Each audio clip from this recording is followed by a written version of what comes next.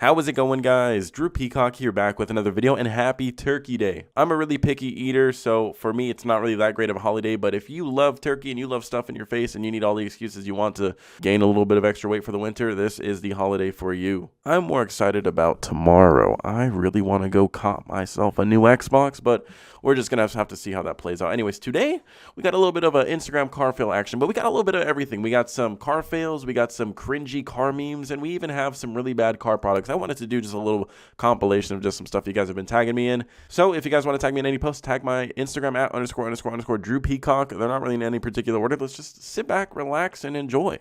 Anyways, first clip, here we go. We have a little bit of a go-kart fail, so let's take a look. This was actually really funny.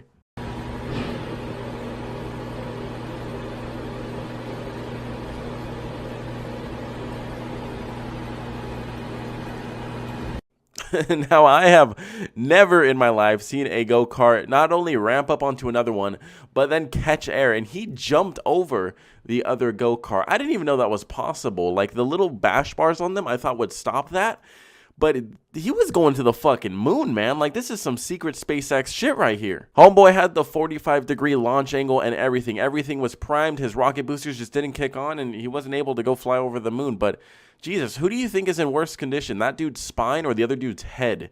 Because it seems like he used his head as a fucking ramp. Like, oh God, that guy's spine just must be made of fucking vibranium or whatever the hell they call it.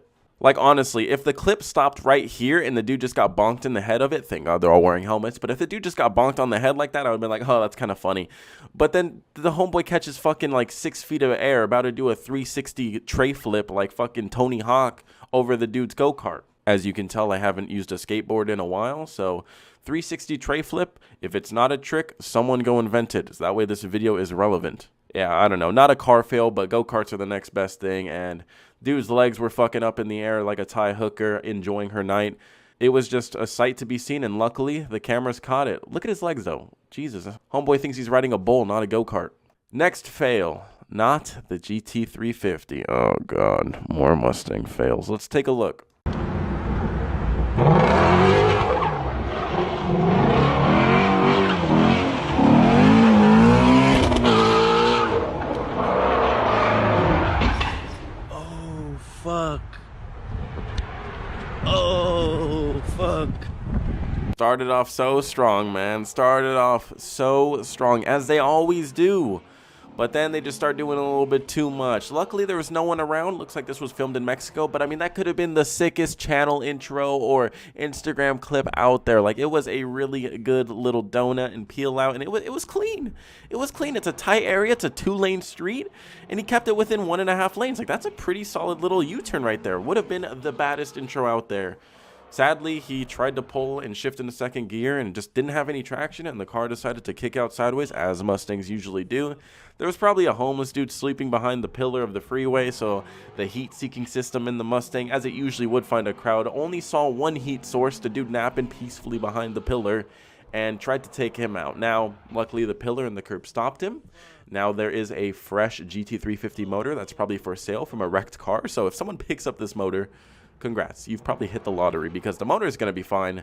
It's just going to be the rear end and all the suspension that's going to be shit. So someone out there has a beautiful swap on their hands. Homeless guy is wondering what the fuck just happened as he's waking up from his nap. And this Mustang driver is out of a Mustang, as he probably should be, since, you know, if you're kind of stupid, you don't know what you're doing, then don't do it. Next video. This is actually a product. Guys, let me know if you would buy this product. Let's take a look.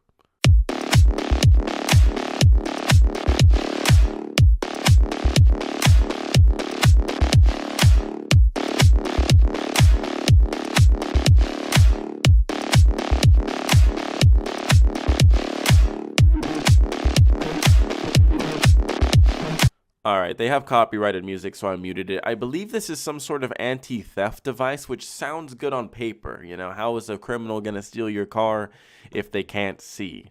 Well, they're not, you know, or they could stick their head out the window and drive around. Now, yes, someone is going to see them, but at 3 in the morning, who the hell is going to care? At 3 in the morning, people are going to see you go into a car and chop off the damn steering wheel lock or, you know, strap it up to a tow truck. People are going to see that too, but It still happens. Cars still get stolen, so I'm sure criminals will find a way around this. Now, I don't get the whole point of the drop box that the guy just dropped it into. They almost make it seem like it's a city thing, like this is like a don't park in my spot thing, or else the city's going to put this on your car and you can't drive away. It's almost like the new wheel boot. If that's the case, I say it's a pretty good idea, because hear me out.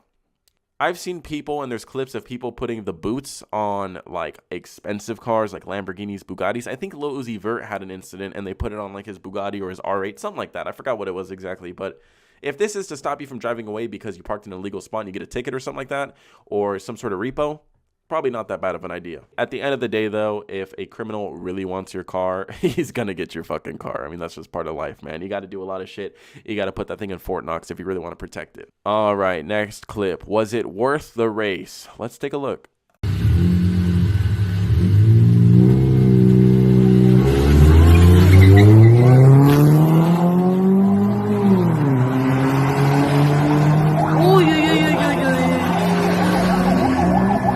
To be quite frank, I don't know why the cop is trying to pull him over. I don't think he's going to catch him. Let's be real here. I mean, these have to be the two fastest speed demons in this city, state, country, whatever you want to call it.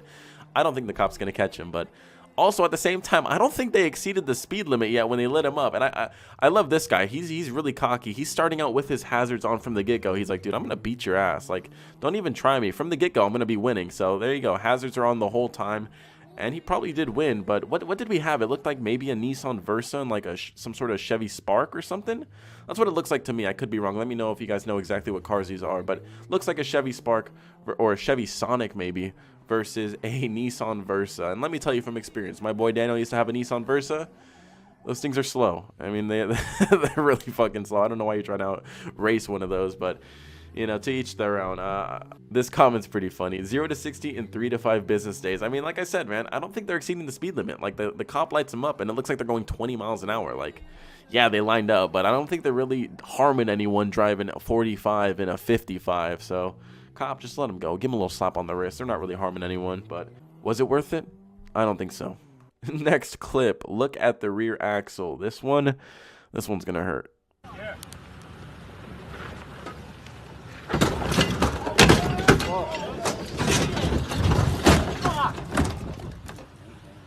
I knew that. I'm not an off-road guy, but I can clearly tell that something went fucking horribly wrong. I don't know if his diff or his drive shaft or something got caught on something. It might have gotten stuck or wedged up on something, but I mean, from the get-go, this guy was losing a fucking battle. His wheel's already tucked underneath the rear door. So the passenger back there, he's got a little fucking bouncy pad to jump on as he's climbing out. Now, for the rest of the clip, we just see pure destruction. Shit's getting torn off. The car's about to flip over. The driver doesn't know what the hell's going on. He's just probably wondering if his tire popped or anything like that. But when he climbs out, I'm sure he's going to realize that it's a lot worse than just a flat tire. Like, you can't drive home. I don't even know how the fuck you're going to get it out of there. Like, look where he's at. Call AAA there. See what happens. I don't think they're really going to come get you. And even if you have someone that can tow you out, how the hell are they going to do that? You no longer have 4 wheels. I mean, he does. They're just not in the right spot, which isn't going to do much good. Look at all these guys, you know, just trying to help. Look at these two. I mean, he tried to grab it. That was a pretty good effort right there. He's like, "Oh, slow down, slow down." He actually pushed it. It was this dude's fault. This dude destroyed the truck. What a dick! Did you see him? Everyone else is here recording it while Superman gives it a nice little shove. He's like, "Oh, you know, fuck this truck." Give it a little shove right there. Everyone else is recording it, watching the damn massacre go down, and it's just a really sad sight to see.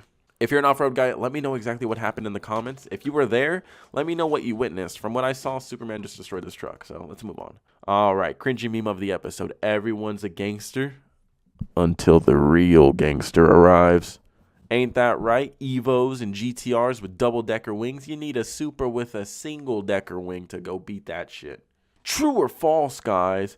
Yeah, until you arrive at a corner. What the Supra handle's pretty good. I don't know what that really means, but I guess all-wheel drive, yeah, it is better in corners. Until the Geo Metro arrives. Now that's the real gangster right there, guys. You know, if you're out racing or you're talking to some chick and she's like, "Yeah, my boyfriend's into the car scene," and she's like, "What does he have?" And they say, "Geo Metro." Just stop talking to her. She's obviously, you know, wifed up at that point. Like, she ain't going nowhere. It's a dope-looking Supra for the most part, but, I mean, this is a dope-looking Evo, and that's a dope-looking GTR. You want to settle this like men? Let's whip out our penises. Let's stop using our money to compensate, all right? Let's whip it out right here, right now. Let's see what happens. All right, next little invention or car accessory, if you want to call it that. Let's take a look.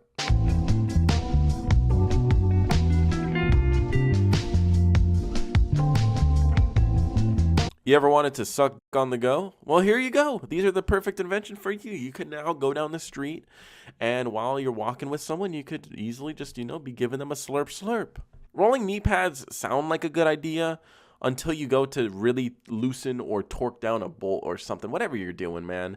Like, it's a good idea for maybe like drawing in the sand or just being a weirdo and rolling around on your knees, or like I said, my first option. But I mean, for working on cars, realistically, you're not often on your knees, and if you are, it's because you're crouching down to either torque a bolt or lift something heavy like a wheel or the brake rotor or something, and you really want to be planted when you're doing that. So I think normal knee pads would do just fine. These little chinky little roller skate knee pads, they're not going to be too beneficial, and every little rock and pebble you go over, you're going to get stuck and probably fall over. So normal knee pads will do in my book. Not a bad idea if you're like an Uber hooker or something like that, It's like Postmates, but for hookers. Or like a drive-through hooker. I don't know, something like that. Wouldn't be a bad idea.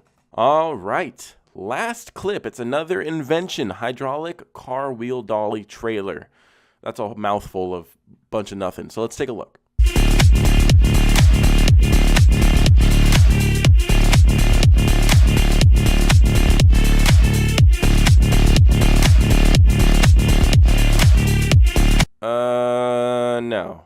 No, like I don't really have a problem with the dollies themselves. Like, these are real things, and a lot of shops use these.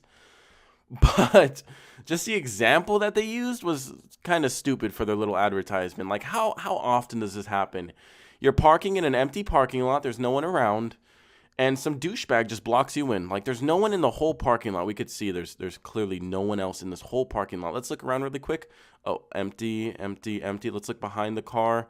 Oh, empty, empty, empty. So you're in an empty parking lot, and someone blocks you in. All right, pull the 4-wheel dollies out of your car that you're carrying around for everyday instances like this, and just push the car away, because this happens every day, and you're going to carry 4 of these around with you every day in every car you own. Imagine putting these in like a Miata or a BRZ.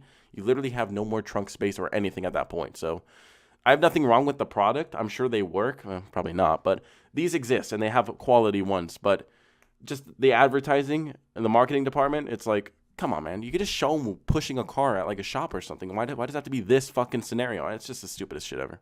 Even the comments agree. I didn't even read the comments. So I have to carry 4 pieces of those in my trunk. Yes, this advertisement would make you think that.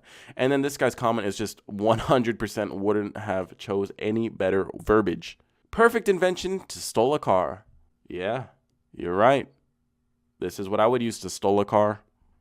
10 out of 10 best advertising ever. Anyways, guys, that's going to do it for this video. If you did enjoy this video, please let me know down in the comments down below. I hope everyone has a great, happy Thanksgiving. If you don't celebrate Thanksgiving or you're somewhere else in the world, don't worry, you're not really missing out. If I could describe Thanksgiving to you, it would be pretty much hiding in your room until it's time to eat, and then you eat really quick and just wait for pumpkin pie. That's pretty much what Thanksgiving is. So anyways, guys, I hope you guys stay safe, and see you in the next video. Peace.